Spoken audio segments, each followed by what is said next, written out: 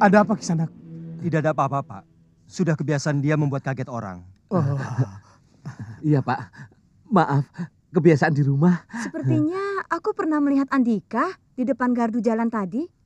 Saudaranya Paing, Dok. Oh ya? Kenapa Kang Paing tidak dibangunkan, Pak? Kang? Kang Paing, ada saudara Kakang datang ke sini. Aku jadi teringat sama Minten. Alah, semilik kita. Ayo bangun, Kang. Saudara? Aku tidak punya saudara. Saudara siapa?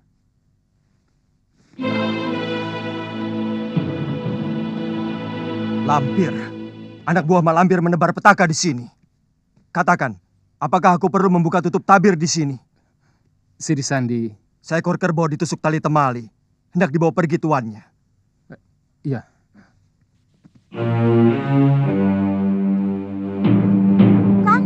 Kang Paing mau kemana? Kang Paing mau kemana? Aku batalkan pernikahan kita. Maafkan Farida. Aku harus ikut tuanku. Tuan? Kau tidak akan mengerti. Permisi. Kang! Lepaskan. Kang! Pak! Pak!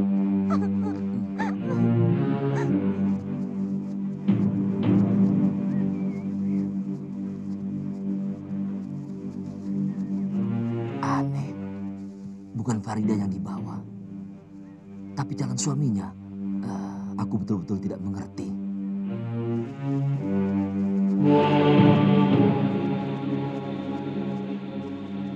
Siapa nama aslimu? Bajul Putih. Kau pernah bertemu denganku? Pernah.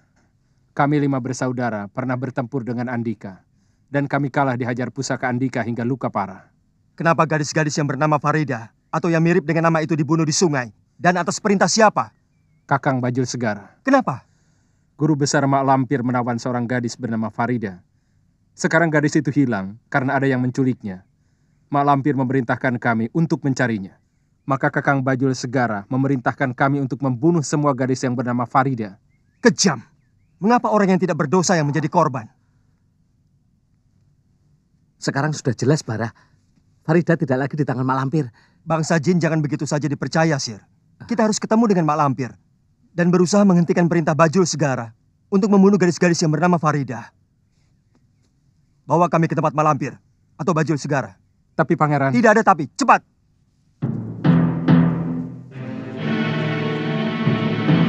Kemana Bajul Putih? Kenapa sampai sekarang belum juga datang? Tidak tahu, Kakang. Mungkin ada halangan menuju kemari. Aku mendapat firasat yang tidak enak. Aku khawatir terjadi apa-apa pada Bajul Putih. Mak Lampir, yang sebelumnya terpuruk akibat kekalahan telak dari Sembara, kini bangkit dengan kekuatan yang lebih dahsyat. Dalam ritual puja saji yang mencekam, Ia mengorbankan bayi-bayi tak berdosa untuk menyerap energi kehidupan mereka. Ritual ini membangkitkan kembali kekuatan hitamnya yang sempat memudar, sekaligus menyebarkan teror ke seluruh penjuru desa. Paso Benggala yang menjadi lambang kekuatannya kembali bercahaya, dan ia segera memanggil para siluman terkuatnya. Dengan ambisi tak terbendung, Mak Lampir bertekad merebut cemeti Amala Rasuli, pusaka sakti yang dijaga oleh pendekar Sembara. Ia percaya, dengan pusaka itu, tak ada yang bisa menghentikannya menguasai dunia manusia dan hayangan. Tanpa membuang waktu, ia mengutus pasukan siluman buaya, dipimpin oleh Bajul Buntung, untuk menyerbu Sembara dan merebut pusaka tersebut. Berbekal kekuatan Paso Benggala, mereka dengan mudah melacak lokasi Sembara dan menyerangnya secara tiba-tiba. Saya perintahkan semua wadia balat menyatroni gadis-gadis yang bernama Farida dan menangkap gadis manapun yang bernama Farida dengan harapan salah satunya terdapat Farida tawanan guru. Jika ternyata bukan, kami bunuh. Bagus, lakukan terus. Aku senang gadis-gadis yang bernama Farida mati secara mengenaskan. Agar Kiai Ageng Prayogo menangis beratap-ratap di dalam kuburnya.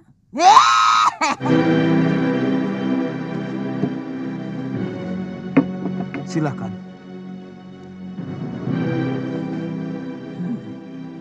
Paso Benggala, tunjukkan di mana Bajul Putih berada.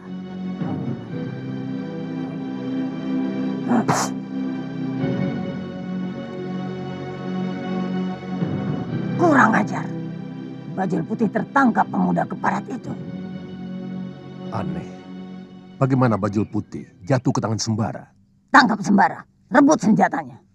Baik Lampir, kami akan lakukan untukmu. Kau tinggal saja di sini. Biar kami yang akan bereskan mereka. Tidak, aku akan membantu kalian. Ingat keadaanmu Lampir. Kau baru sembuh. Aku tidak ingin terulang kau kambuh lagi. Kalau kau kambuh lagi untuk yang kedua kalinya, sangat berat dan terlalu lama untuk mengembalikan kesehatanmu. Betul, Guru. Kami yang akan menghadapi Sembara. Kami pasti menang. Mohon guru tinggal saja di sini. Akan kami bawakan cemeti pusaka itu untuk guru. Baik, berangkatlah. Tapi jangan anggap enteng pemuda itu. Dia sangat berbahaya.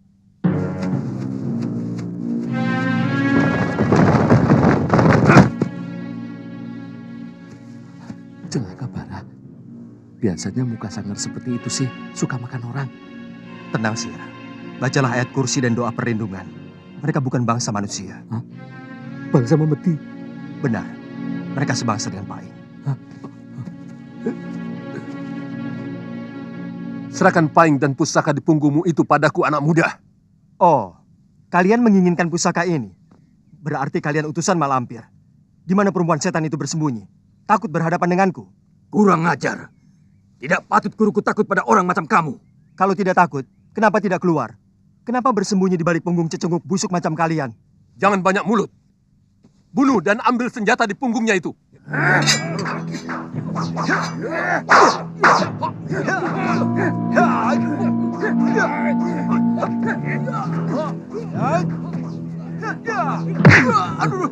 Nonton saja. Jangan ikut-ikutan. Benci aku.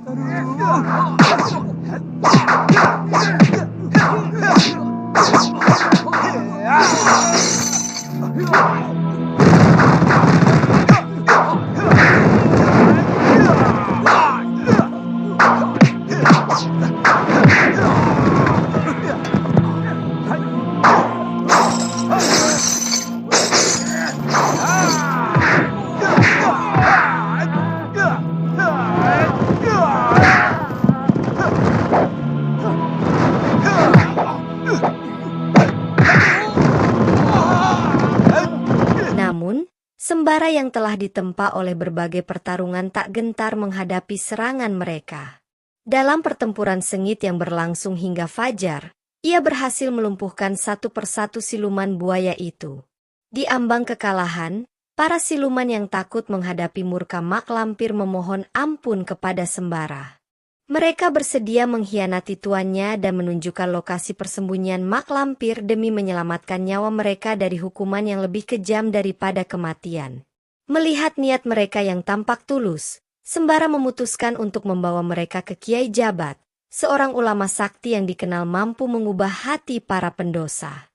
Ia mengutus Panglima Kumbang untuk mengawal para siluman itu ke tempat sang kiai.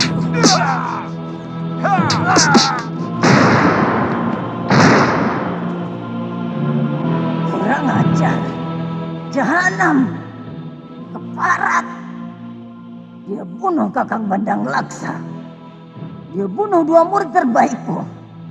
Bajul Denta dan Bajul Wangsa. Sembara keparat. Siapa yang berani melawanku? Ayo bangun. Loh. Sir, Tenang, Bara. Serahkan urusan ini kepadaku. Ayo, siapa yang berani? Apa lihat-lihat? Tidak, Kisanak. Ampun, kami tidak berani. Apa itu Kisanak? Panggil aku Ndoro. Ngerti? Iya, Ndoro. Kami tidak berani. Mentang-mentang saya diam saja ya. Kalian mau jadi jagoan? Mau ngelunjak? Tidak, tidak Kisanak. Loh? Ndoro, kami tidak berani, Ndoro. Untung saya tidak sempat turun tangan. Tahu? Tahu, iya, Ndoro. Tahu apa? Tahu apa? Tahu kalau Ndoro tidak sempat turun. Turun ngemplang jidatmu. Semilik ide. Sama Ndoro nunjuk-nunjuk. Ampun, Ndoro. Ampun, jangan disunat, Ndoro. Kami memang belum sunat. Biar kami sunat sendirian, Ndoro. Aduh, mati aku. Hidup ini tidak ada artinya lagi. Ampun, Ndoro. Ampun ya. mau apa kamu, Sir? Mau motong mainan. Ampun, Ndoro. Kami masih ingin hidup. Jangan diambil barang kami. Baik. Kalian saya biarkan hidup. Tapi dengan satu syarat. Apa syaratnya, Ndoro? Cabut perintahmu untuk menangkapi gadis-gadis kampung yang bernama Farida. Dan tarik semua laskarmu yang hendak mencelakai bangsa kami. Itu mudah, Ndoro. Sekarang juga akan kami tarik, Ndoro. Jangan kalian membuat kejahatan kepada bangsa kami. Ingat, alam kalian beda dengan alam kami. Hiduplah penuh kebaikan dan kesejahteraan di alam kalian. Jangan ganggu alam kami. Sendiko, Ndoro Tuan. Terakhir sebelum kalian pergi, tunjukkan dulu di mana tempat malampir. Hei, katakan. Kenapa diam? Aku sunat kamu. Sini. Jangan, Ndoro. Ayo ngomong. Sana siluman buaya, Ndoro. Oh, gitu. Sini. Nunduk. Di istana siluman buaya. Ayo kita cari, Sir. Iya. Nih, buat tembak pohon. Kau Bajul Buntu. Aku akan memberi hukuman yang setimpal padamu. Terpaksa aku harus pergi meninggalkan tempat ini. Aku harus mencari tempat persembunyian Farida. Dan menghukum si keparat Bajul Buntung itu. Ndoro, tunggu sebentar. Tunggu sebentar, Ndoro. Tolonglah, Ndoro. Tolong. Ada apa? Saya membutuhkan pertolongan, Ndoro. Pertolongan apa? Guru, Mak Lampir. Ia pasti tidak akan melepaskan saya. Karena telah membongkar rahasia tempat persembunyiannya. Ia akan membunuh saya. Lantas? Tolong, bawa saya kemana Ndoro pergi. Saya ingin menghamba pada Ndoro.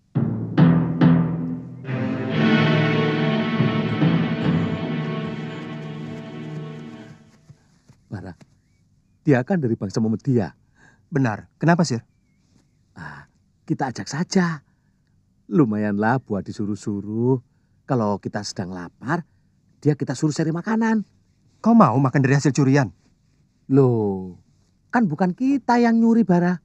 Tapi dosanya sama saja, Sir. Beda.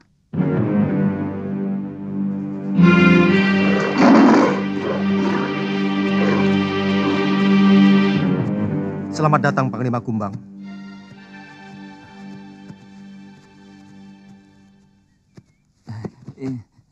Hormat. Perkenalkan, ini sahabatku Panglima Kumbang. Jika kau takut kepada Mak Lampir, pergilah bersamanya ke tempat guruku. Di sana kau bisa belajar ilmu kebenaran. Apakah Ndoro keberatan saya ikuti? Bukan keberatan, tapi aku memilih yang terbaik untukmu dan juga untukku.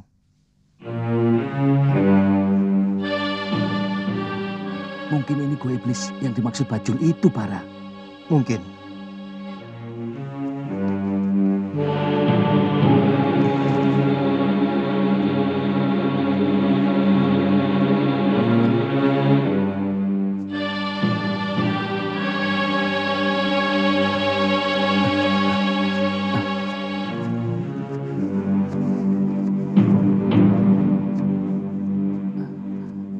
Kamu tunggu di sini, biar aku yang lihat sendiri di dalam.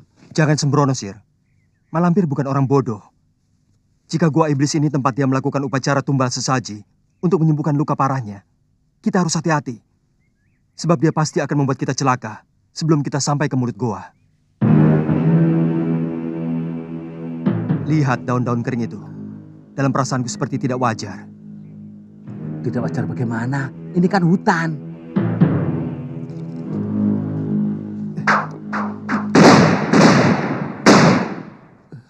Masya Allah, bagaimana seandainya aku yang menginjak daun kering itu? Karena itu jangan gegabah. Berarti Malampir ada di dalam. Jangan sekali-kali kau masuk sebelum aku panggil.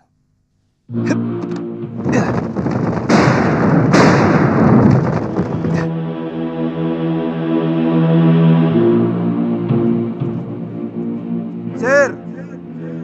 Cepat, Sir! Tidak apa-apa. Bagaimana kalau ada ledakan lagi? Tidak ada, sudah habis. Percayalah. Penakut.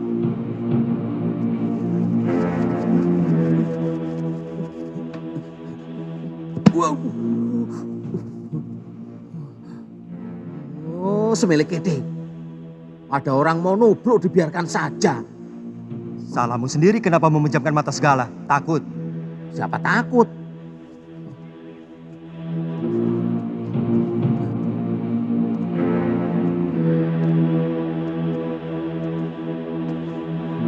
Sudah kabur, Sir. Takut sama saya.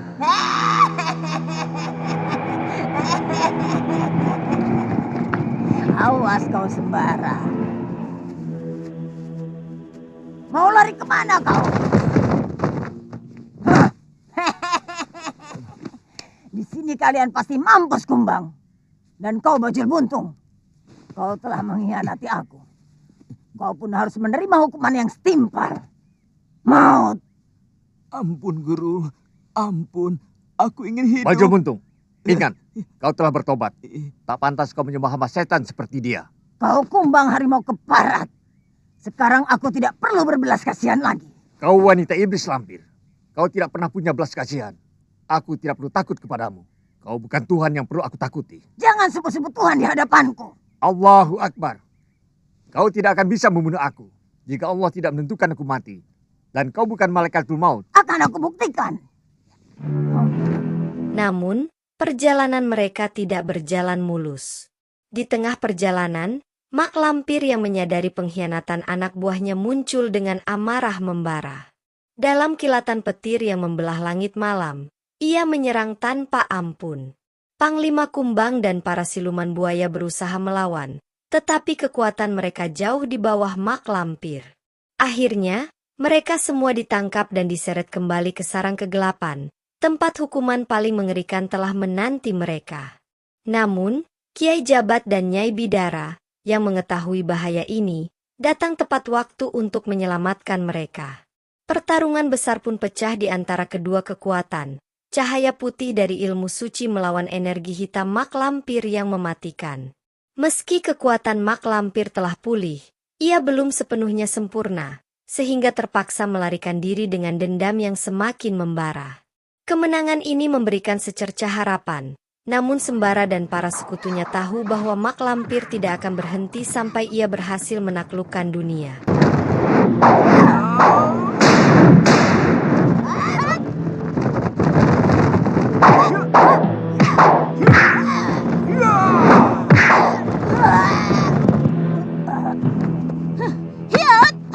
Di sini ajalmu, Lampir. Cepat kirim dia ke neraka, Kakang.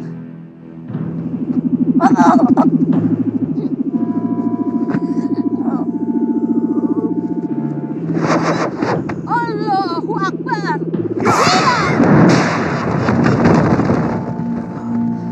Kurang ajar. Dia kabur, Bidara. Dia berusaha menghindari ajian sapu jagat, Kakang. Siapakah yang kau bawa itu, Panglima? Sepertinya dia bukan sejenis denganmu, tapi dari jenis buaya. Benar, Guru. Apakah sembara lagi yang mengirimnya? Benar. Siapa namamu? Bajul Buntung, Kiai. Mohon guru menerima saya sebagai murid. Sebab kalau tidak, saya bisa dibunuh oleh Mak Lampir. Tentu saja, Kakang. Amal kebaikan kepada semua makhluk. Tunggu pembalasanku, Jabat. Kau pasti akan mati di tanganku, Bidara.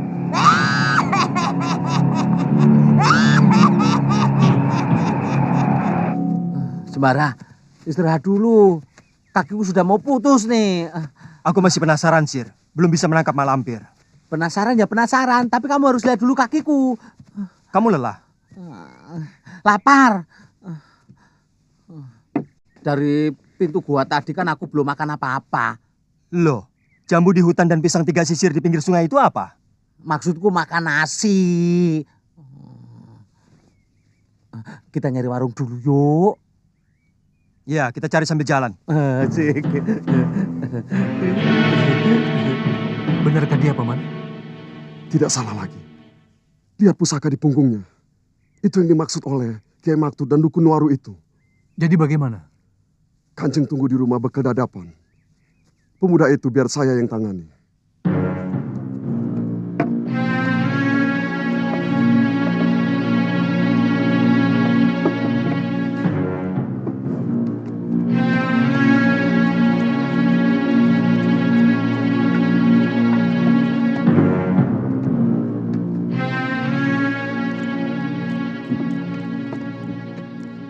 Boleh saya duduk di sini, Kisana?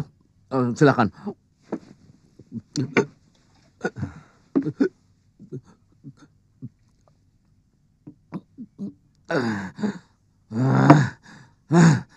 Bapak sih, kalau mau duduk saja, nggak usah minta izin. Jadi keselak nih. Oh, maaf. Maaf. Sir, jangan begitu. Sopanlah sedikit. Maafkan teman saya, Pak. Tidak apa-apa. Memang saya yang salah. Maaf kalau saya keliru. Apakah Andika yang bernama Sembara? Benar. Murid Kiai Jabat? Ya. Bapak siapa? Perkenalkan, saya Demang Mangun. Bongkok! Bongkok!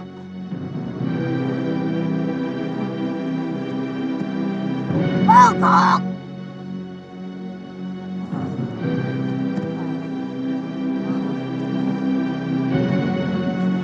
Ke barat. Kemana dia?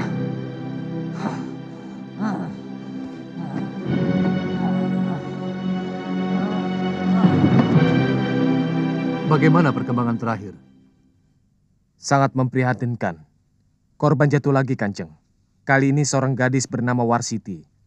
Mati secara mengenaskan. Innalillahi wa inna ilaihi roji'un. Assalamualaikum. Waalaikumsalam. Kami datang, Kanjeng.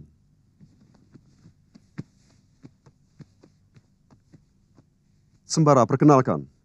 Ini Kanjeng Tumenggung Darmo Sugondo. Dan kami semua abdi dalamnya.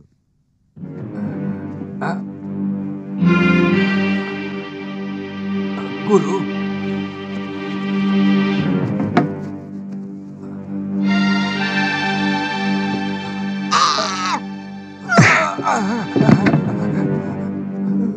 Parat, dari mana saja kau? Mencari rempah-rempah obat, Guru. Sediakan aku tempat pemujaan. Cepat. Baik, Guru. Manusia harimau? Benar. Dia sudah menelan korban banyak. Yang terakhir seorang gadis yang bernama... Siapa tadi? Warsiti, Kanjeng. Iya, Warsiti. Ada yang pernah melihat seorang lelaki berkepala harimau. Sudah kukerahkan semua prajurit dan rakyat untuk menangkapnya. Tapi tidak ada yang berhasil. Entah menghilang kemana dia. Sementara itu, di desa lain yang jauh dari lokasi itu, teror baru muncul. Sosok menyeramkan manusia berkepala harimau meneror penduduk desa, meninggalkan jejak mayat-mayat yang tubuhnya tercabik dan darahnya terkuras habis. Ketakutan melanda, hingga penduduk tak berani keluar rumah bahkan di siang hari. Sang demang desa dalam keputusasaannya, memohon bantuan Kiai Jabat. Sang Kiai memberikan saran agar ia mencari Sembara, pendekar yang dikenal memiliki keberanian dan ilmu tinggi untuk melawan ancaman gaib. Demang segera menemui Sembara, menceritakan tentang teror manusia berkepala harimau itu. Beberapa penduduk percaya bahwa makhluk tersebut adalah seseorang yang dikutuk karena bermain dengan ilmu hitam. Sembara dihadapkan pada pilihan sulit, fokus menghentikan ancaman besar dari mak lampir yang masih mengintai, atau menyelamatkan desa yang diteror oleh siluman harimau. Dua ancaman besar menguji tidak hanya kekuatannya, tetapi juga kebijaksanaannya dalam mengambil keputusan. Dengan berbagai bahaya yang mengintai, mampukah Sembara membawa kedamaian bagi semua yang membutuhkan bantuannya? Ataukah perjuangan ini akan menuntut pengorbanan yang lebih besar dari yang pernah ia duga?